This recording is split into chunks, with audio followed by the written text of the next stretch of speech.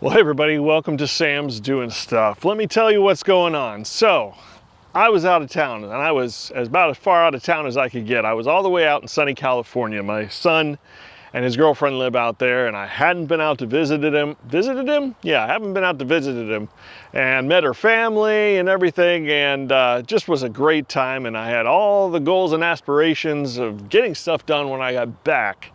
And then I had to deal with this. So here's the story. We'll try and start from the beginning. When we moved in here to this property, what used to be a 100-acre farm, and now we own 7 acres of it, we have free natural gas. Now that free natural gas comes from a well which is not on our plat. It's up the street here, as a matter of fact.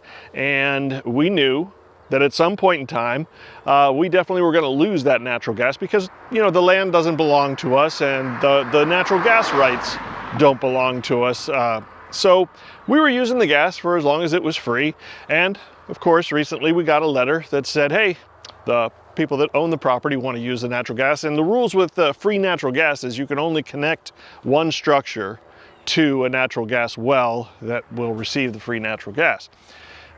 And that structure needs to be on the property of the well. So once again, we're not on that property. We knew we were going to lose it. We got the letter. We were prepared to lose it at some point anyway. So now we fast forward to this week, and the farmer was preparing the field for winter wheat, and he noticed bubbling coming through the ground through a puddle.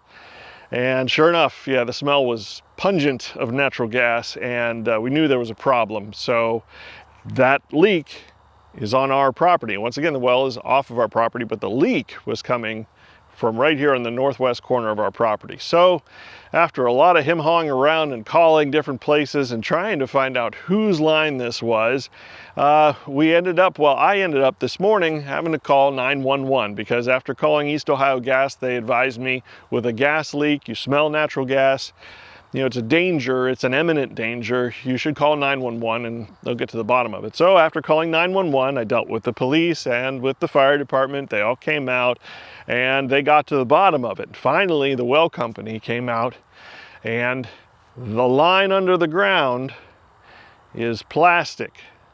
So the gas company uses steel lines. So what that means is this is where the plastic line that goes to the house started, and the plastic line is our responsibility.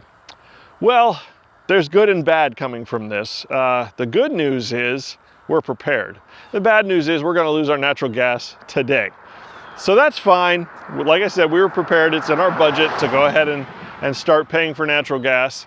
But let me tell you a little bit about something. If you're thinking about buying a property that has free natural gas, and even if the well is on the property, there's something you certainly should know, and that is that it can fail. And from when I spoke to the natural gas well supplier, it happens a lot. As a matter of fact, right now he knows of 30 or more natural gas leaks in our area that happen typically with the plastic line, and most often with a private ownership of that line. There's somebody getting free natural gas to their house, and it's a costly repair. You have to dig it out and repair it, but it's pretty common. Now, if you're going to have a house with free natural gas, there's always the chance that you're going to lose that for many reasons. Replatting, like happened to us, and other things.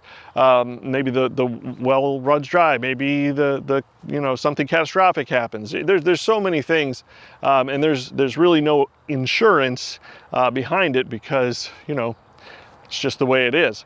So we were very fortunate that when our house was built, they had the free natural gas being piped in, but they also had the public natural gas piped into the house. So that's shut off, and the other one was feeding the house. And the way it works in our basement, there are 2 valves, and it's very simple. You shut off one valve and you turn on the other. And that's how we're going to switch over to the public natural gas, the natural gas that we'll have to pay for. If we didn't have that, I mean, I have no idea what the expense would be, but can you imagine what it would be to switch over and have a new natural gas line dug to your house from the public utility? I can't imagine it'd be any less than $20,000 to $30,000. That's just a guess.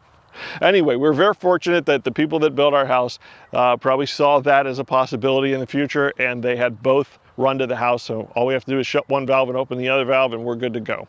So anyway, that's my story, and that is what has kept me from, I've got so much work to, I started on that new wood yard, and I've got to rebuild that stone wall I don't know, there's a lot of stuff to do there. I've got to start on the cinder block wall. I'm changing my mind about a couple of things, and I want to start producing firewood in that yard. So I've got to get this stuff done. It's beautiful weather, fall is here, and I really want to take advantage of it. So now that this catastrophe is out of the way, and this is not leaking anymore, I wouldn't be standing here if it were. That was all taken care of, and the leak is gone.